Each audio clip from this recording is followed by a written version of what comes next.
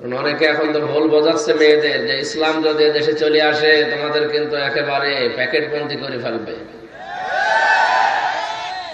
আরে ভাই, দেশে ইসলাম আসলে সবচাইতে বেশি নিরাপদে থাকবে, সম্মানে থাকবে মেয়েরা। এখন নিরাপদে আছে, সম্মানে আছে। ইসলামে দেশে আসলে আমাদের যে যৌতুক, এটা আগে বন্ধ হবে। আর এই যে বরযাত্রী খাওয়া, এটা বন্ধ হয়ে পরবর্তীতে চালু হবে অলিমা, নবীজি যেটা করেছিলেন।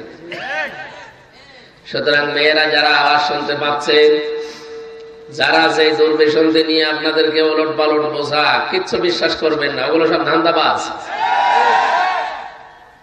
নতুন নতুন কিছু মুনাফিক পয়দা হচ্ছে এই দেশে এখন। আগে এগুলো ছিল গা ঢাকা দিয়ে। এই কিশোরগঞ্জে একজন আছে ফজু পাগলা, এটা আসলে একটা পাগল। আমার মনে হয় এর পাবনায় নিয়ে যাওয়া দরকার। আমি কালকেও পাবনা ছিলাম, দারুল আমান ট্রাস্টি। ওর পাশেই তো পাগলা গাড়া। এর আগের বার গিয়ে আমি দেখতে গিয়েছিলাম ওদের যে দৃশ্য, সিনসিনারি। পাগল হলেই এরকম কিছু করা যায়।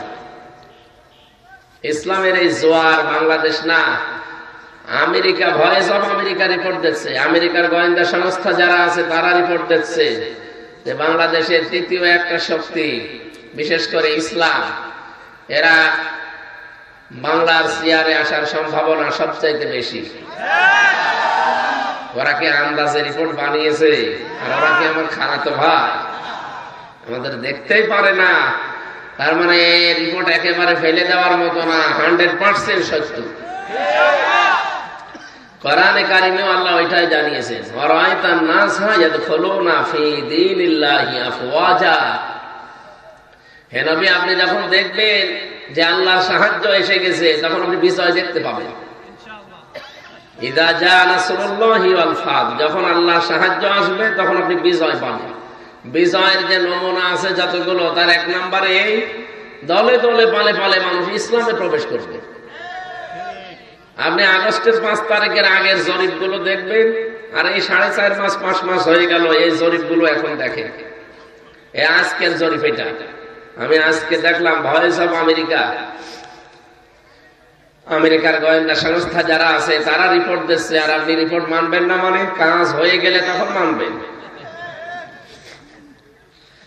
তারা জানাতে চাচ্ছে যে আগস্টের 5 তারিখের আগে দেশে মানুষ 100 জনের মাত্র 15 জন মানুষ কোরআনের বিধান কায়েম হোক এটা চাইবে। মাত্র 15 জন। কত? 100 জনের।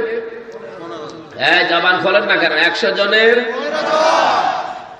কিন্তু জানুয়ারি মাস থেকে 1 তারিখ থেকে আরম্ভ হয়েছে। এখন রিপোর্ট পাওয়া যাচ্ছে এই দেশে 100 জনের 58 জন মানুষ চাচ্ছে কোরআনের বিধানে দেশে কায়েম হোক। গতকাল আমিরে জামাত ডক্টর শফিকুর রহমান ছিলেন রাকিব, বরিশাল, একজন হিন্দু। ওনার আগে দেখলাম বক্তব্য দিচ্ছে, কি হালদার যেন নাম, একটা হিন্দু নেতা। সে জানাতে চায় এটা যে এই দেশে জামাত, হেফাজত, এদের হাতে সংখ্যালঘু যারা আছে কোনোদিন নির্যাতনের শিকার হয়নি, নির্যাতনের শিকার হওয়ার সম্ভাবনা নেই। সুতরাং এদের কাছে যেহেতু কোরআন শরীফ আছে, কোরআন শরীফ এদের কাছে নেই, সুতরাং আমরা চাই এই দেশে কোরআনের বিধান কায়েম হোক, তাহলে আমরা নিরাপদে থাকতে পারবো। আপনি কারে কি বোঝাবেন? তারা সব বুঝে ফেলেছে।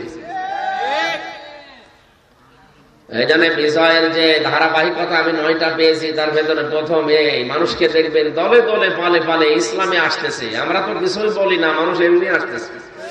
ও হিন্দু বেটারের জীবনে আমি কোনোদিন দাওয়াত দিয়েছি? ওর বিবেকের তাড়নায় চলে আসছে। দেখতে পাচ্ছে যে 54 বছর তো দেখলাম। কে কথা বলে না কেন? বাবা চালিয়েছিল, স্বামী চালিয়েছিল, ভাবি চালিয়েছিল, বুবু চালিয়েছিল, চাচা 9 বছর চালিয়ে 10 বছর জেল খেটেছে, কিছুই করতে পারেনি। এখন শুধু কোরআনের নিয়ম নীতিটা বাকি আছে, এটা একটু দেখি কেমন লাগে। ওরা যেহেতু আওয়াজ তুলেছে, আর আমেরিকার মতো দেশ আন্দাজে কিছু বলার কথা না, যেহেতু রিপোর্ট দিচ্ছে তৃতীয় একটা শক্তি ঐক্যবদ্ধ হচ্ছে, আর আমরা দেখতেও পাচ্ছি কালকে আমিরে জামাত এবং শায়েখে চরমনায় যারা আছে সব এক হয়ে যায়নি? ছোটখাটো মলমলিল্য যা ছিল কালকে সব ধুয়ে মুছে শেষ হয়ে গেছে। আমরা চাই সবাই এক হোক। চর্ম চোখে অন্তত যেন দেখে যেতে পারি যে 56,000 বর্গ মাইল কোরআনে কারিম দিয়ে চলছে। এটা রজব মাস। কি মাস? এই রজব মাসে আল্লাহ রাব্বুল আলামিন একটা নতুন রাষ্ট্র সাজাতে হলে কি কি করা লাগে সেই কর্মসূচি নবীকে শিখিয়েছিলেন এই মাসে। আজকে মনে হয় রজবের 23 তারিখ না 22 না 23 যেন, যাই হোক সামনে 27 তারিখ, যেটা এই তারিখে নবীকে আল্লাহ নিয়েছিলেন। একাধারে 27টা বছর, 27 বছর তার গবেষণাগারে ল্যাবরেটরিতে বসিয়ে তিনি শিখিয়েছিলেন 14টা কর্মসূচি। আমরা কোরআনে কারিম থেকে, যেহেতু সামনে একটা সুন্দর, সুখী এবং কল্যাণময় রাষ্ট্র গঠন করতে হলে কি লাগবে, ব্যক্তি, পরিবার এবং সমাজ, রাষ্ট্রে আল্লাহর নির্দেশ কি করা লাগবে, আমরা আজকে এটা রেকর্ড হচ্ছে। শুধু এই কয়েকজন মানুষ আমার সামনে না, এখন আমার সামনে পুরো বাংলাদেশ বসে আছে। সুতরাং এখান থেকে যে মেসেজ দেওয়া হবে সারা বাংলাদেশে লাইভ চলছে, ছড়িয়ে যাচ্ছে। কালকে আমার পাবনা দারুল আমান ট্রাস্টের আলোচনা ছিল। কি সমস্যা? কি পেছনে না? ওদিকে থাক, এদিকে থাক। আমার কালকের আলোচনা ছিল ফাইদা নুকরা ফিন নাকুর, এই আয়াত থেকে গুরুত্বপূর্ণ বিষয় কালকে আমি এখান থেকে ডেলিভারি দিয়েছিলাম। আজকে আমরা নতুন একটা বিষয় কোরআন থেকে ডেলিভারি দেব ইনশাআল্লাহ। পুরা জাতিকে উদ্দেশ্য করে বলছি, সামনে নতুন রাষ্ট্র। যেহেতু খ্রিস্টানরা রিপোর্ট বানিয়েছে, আমরা তাদেরকে ঘুষ দেইনি। ঘুষ দিয়েছি? তারা কি আমাদের আত্মীয়? তারা যেহেতু পর্যবেক্ষণ করছে, রিপোর্ট দিচ্ছে, 4.5 মাস 5 মাসে যদি 15 থেকে 58% হয়ে যায়, আর কিছুদিন যেতে দেন, এদেশের 100 জনের 100 জন মানুষ চাইবে আমরা কোরআনের বিধান চাই।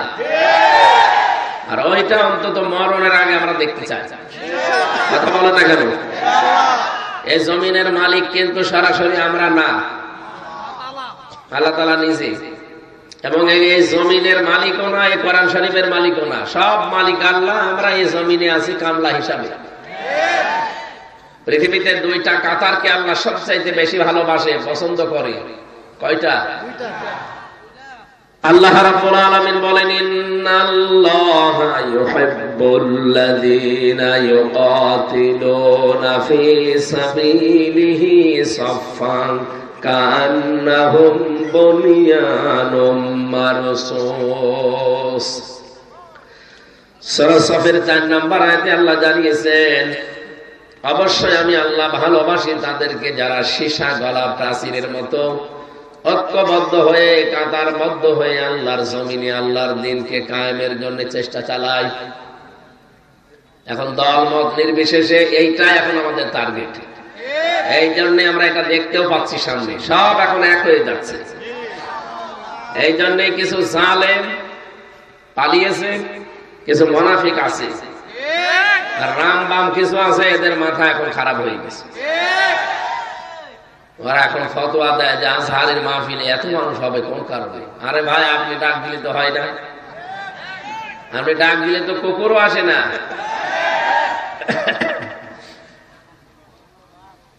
এই যে ইয়াদখুলুনা ফী দীনিল্লাহি আফওয়াজা, দলে দলে মানুষ পালে পালে ইসলামে আসবে, এটা তার একটা প্রমাণ।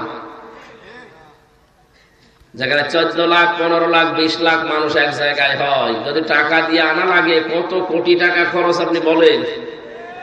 ও আজহারের বাবা মা ও 14 বংশ বিক্রি করলেও তো একটা অনুষ্ঠান হবে না। যে 3টা 4টা অনুষ্ঠান বাংলাদেশে করা হয়েছে, 4টাতে রেকর্ড হয়ে গেছে।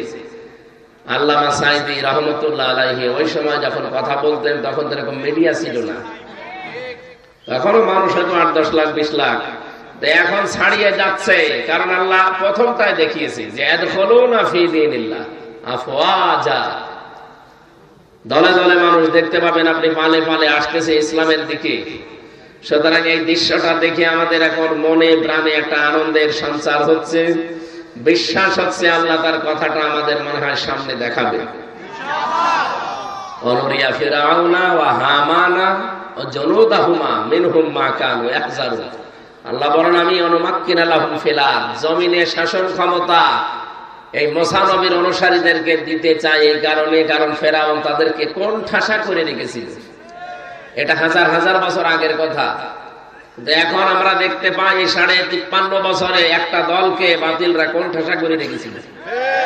আল্লাহ যেন ঠিক সেই দলটাকে মানন করে, এখানে মনন আছে, নরিদু আন্না মুন্না, মানান মানে অনুগ্রহ। আল্লাহ বলেন আমি ইচ্ছা করলাম যে একটা অনুগ্রহ করি। আলাল্লাযীনা ইসতাদআফু ফিল আরদি, ফিরআউন যাদেরকে জমিনে দুর্বল করে রেখেছিল, আনাজালাহুম আইম্মাতান, ওই দলকে আমি জমিনের নেতা বানিয়ে দেব। আনাজালাহুমুল ওয়ারিসিন, এবং তাদেরকে জমিনের উত্তরাধিকারী আমি আল্লাহ বানিয়ে দেব। ঠিক খাপের খাপ বাংলাদেশে মিলে যাচ্ছে।